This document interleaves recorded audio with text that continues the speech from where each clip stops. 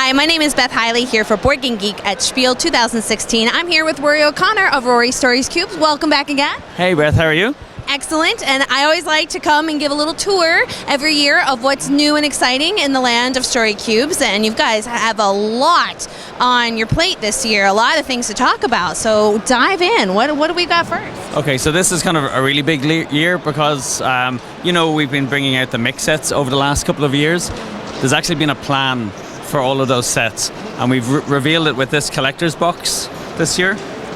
So when you open the collector's box, you'll see there's all these titles, and these actually represent how all the individual mix sets come together, Transformer-like, into unique combined sets. And with the original set right there in the dead middle. Yes, and we've got like Actions and Voyages, which you know. But this year, Fantasia completes. So it's a combination of Enchanted, Mythic, and Medieval, which is our new set for this year. So this is, Collector's Box is our way of kind of showing people, especially the fans who've been collecting, where the whole series is going. It's going to end in 2018 when the set's complete. But what's kind of funny about it is I'm the kind of geeky collector guy, so I wanted to have this box to sort all of my story cubes in. But Anita, who's my design partner and co-founder, she wanted a bag because she's like, I just want to like chuck stuff into the bag and store it. So we're basically bringing out these two new products this year to help people to sort their story cubes, and we've had a lot of fun like on Facebook asking people, are you like a mixer or a sorter? I was going to say, are you a left brain or left brain versus right brain? So it's been really cool seeing people's reaction to that as well. So we've really limited copies of this here at the show, so they're kind of flying out, and it's great to see the people who got on board like back in 2010 when we started. It's like their efforts have been rewarded with this. So this has got me personally excited because I've had to keep this in for so long, and now I get to share this plan. Also cool then for this year is I mentioned the 3 new mix sets. So we've got Powers for your kind of superhero powered stories.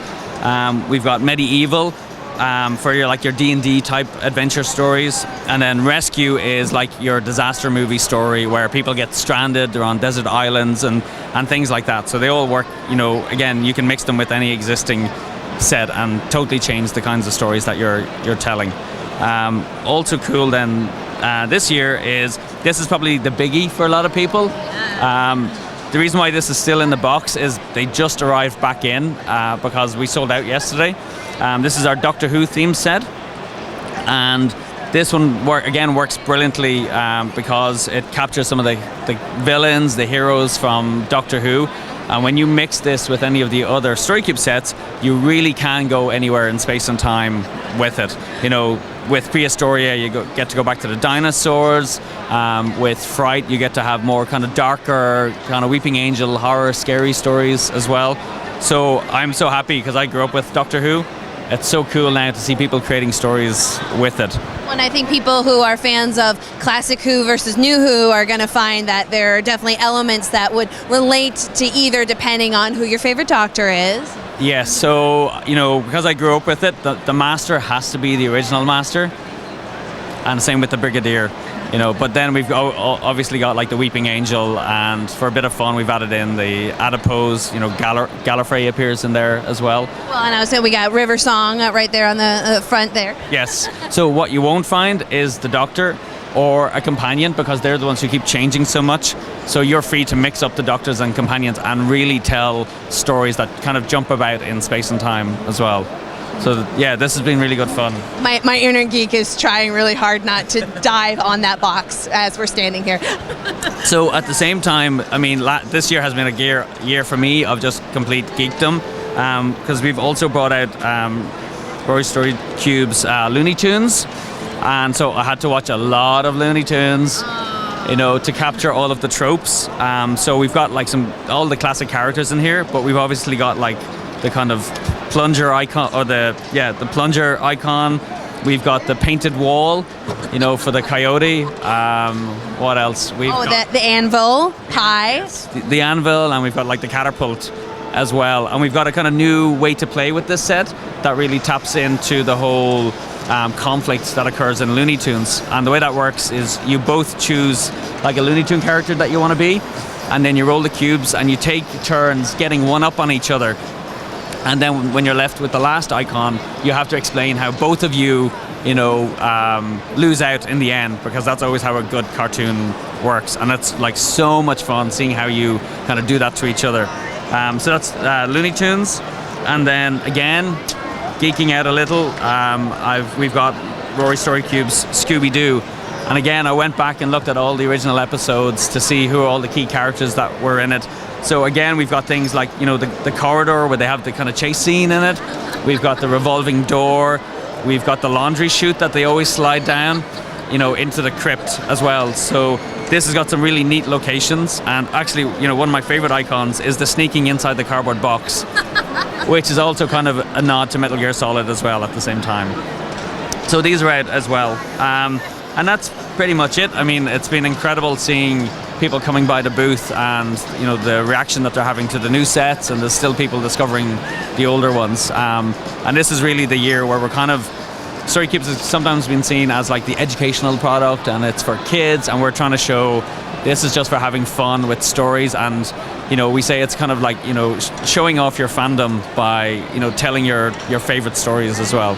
Now, before I let you go, you do have a television camera right over your shoulder, because you also have a new flavor on storytelling there as well. Yeah, so when we ask people, especially kids, we ask them like, what do you like about Rory Story Cubes? And they just keep telling me, the stories are totally random, and for them that just means they're so much fun and crazy and unexpected. And so we decided we want to bring that out more. So we've got this kind of new YouTube ad campaign that where we made videos of stories that people had created with Rory Story Cubes, and they're just completely nuts. But for us, they really capture the flavor of the types of stories that you can tell. So hopefully people will look at that and say, who had maybe overlooked Story Cubes before and thought, well, that's a kid's game, that they see actually it doesn't matter what age you are. You can have a ton of fun telling the kinds of stories that you like to tell.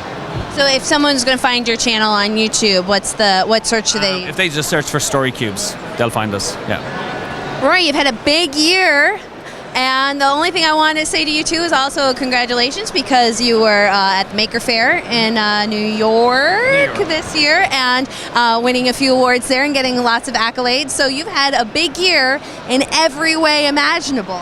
Yeah, it's kind of like I switch hats. So when I come to Essen, I'm like kind of complete gamer geek. And then when I go to Maker Faire, I'm the kind of maker, educator person. But yeah, it's, we try to make things that engage people and they kind of, grow and learn in a playful way. So it's been a busy year, but yeah, we're kind of enjoying the fact that what we're making is having an impact with people as well. Well, congratulations, and we can't wait to see where you come out with. How you're going to have to top yourself in 2017. So good luck. Yeah, okay. I'm going to go and start thinking about that now. All right. Well, thank you again.